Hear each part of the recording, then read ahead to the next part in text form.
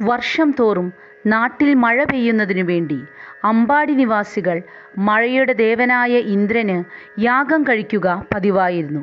ശ്രീകൃഷ്ണൻ ആ നടപടിയെ എതിർത്തു. അമ്പാടിവാസികളുടെ കുലദൈവം ഗോവർദ്ധന പർവ്വതമാണെന്നും അതിനാൽ ഗോവർദ്ധനത്തെ പൂജിച്ചാൽ മതിയെന്നും ശ്രീകൃഷ്ണൻ പ്രസ്താവിച്ചു. അതിനാൽ അമ്പാടിവാസികൾ ആ വർഷം ഇന്ദ്രന് വേണ്ടി തയ്യാറാക്കിയ യാഗം ഗോവർദ്ധന പർവ്വതത്തിന് സമർപ്പിച്ചു. ഇന്ദ്രൻ കുപിതനായി അമ്പാടിയിൽ പെരുമഴ പെയ്യിച്ചു.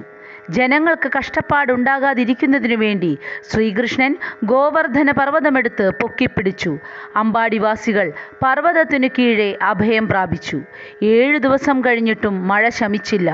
എങ്കിലും ശ്രീകൃഷ്ണൻ്റെ കാരുണ്യം കൊണ്ട് ജനങ്ങൾക്ക് യാതൊരു കഷ്ടതയും അനുഭവിക്കേണ്ടി വന്നില്ല. പരാജിതനായ ഇന്ദ്രൻ ഒടുവിൽ ശ്രീകൃഷ്ണനെ സ്തുതിച്ചു. ദേവസുരഭിയും ശ്രീകൃഷ്ണനെ വന്ന് വണങ്ങുകയും തൻ്റെ ക്ഷീരം കൊണ്ട് കൃഷ്ണനെ ഗോപന്മാരുടെ ഇന്ദ്രനായി അഭിഷേകം ചെയ്യുകയും ചെയ്തു.